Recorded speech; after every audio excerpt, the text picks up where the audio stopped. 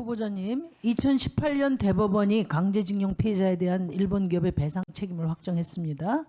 이에 대해서는 존중한다는 말씀을 하셨죠? 예. 예. 지금 윤석열 정부는 제3자 변제안을 추진 중에 있지 않습니까? 예. 그 법원의 강제징용 피해자와 유족에 대한 배상금 공탁을 요청하고 있어요. 그런데 법원 대부분이 이를 지금 거부했습니다. 하급심 법원들이 정부의 공탁을 거부한 이유를 알고 계시죠? 예. 좀 설명해 주시겠습니까? 제3자 변제를 받을 사람들이 제3자 변제를 거부하고 있기 때문에 공탁을 수리하지 않은 것으로 알고 있습니다.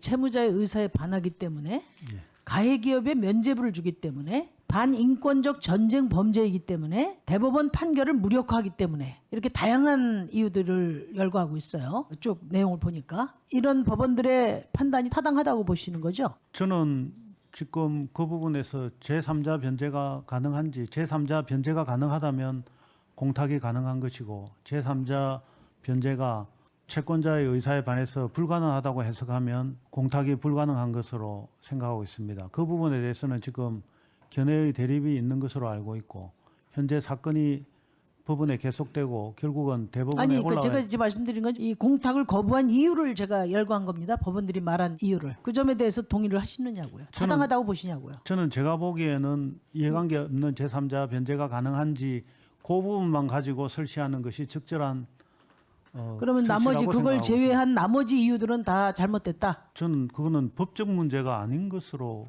보여집니다. 법원에서 했는데 법적 문제가 아니면 뭐 어디 정치 문제입니까? 그러면 조금 이유 설치로서는 조금 대법원 판결과 달리 제3자 변제를 추진한 정부의 태도에 대해서는 어떻게 생각하세요? 대법원 판결에서는 금액 지급만 명했기 때문에 그거는 제3자 변제와 판결에서는 아무런 그런 부분에 대한 설치가 없습니다. 지금 2018년 대법원 판결의 후속 조치로 미쓰비시 중공업이나 일본 제철의 국내 자산을 현금화하는 그런 명령에 대한 판결이 지금 4년째 대법원에 계류 중이죠.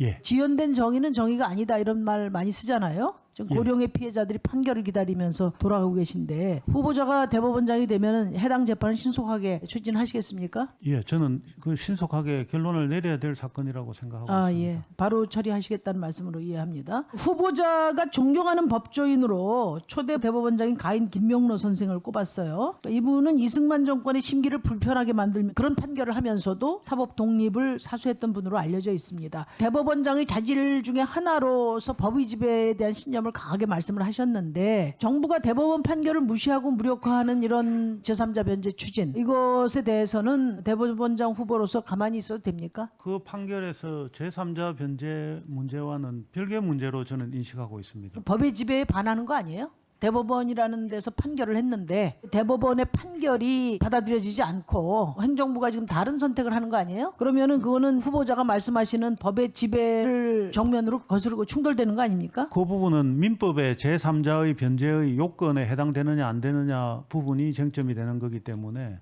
직접 손해배상을 인정한 판결과는 관계가 없습니다. 그러니까 그래서 제가 그 김병로 선생님을 존경한다는 말씀을 거론을 한 거예요. 이분은 사법부의 판결에 어긋나는 이런 정부의 행동에 대해서 강력하게 맞서면서까지 사법 독립을 사수했던 분입니다. 윤석열 정부가 사법부의 판결과 권위를 무시하는데도 침묵한다면 그거는 사법적이나 사법 독립과는 다른 얘기다 이렇게 생각하거든요. 어떻게 생각하십니까? 저는 변제 공탁의 문제는 민법에 있는 제3자 변제의 그 법을 어떻게 해석 적용할 것이냐 문제에 한정되는 문제라고 보고 있습니다.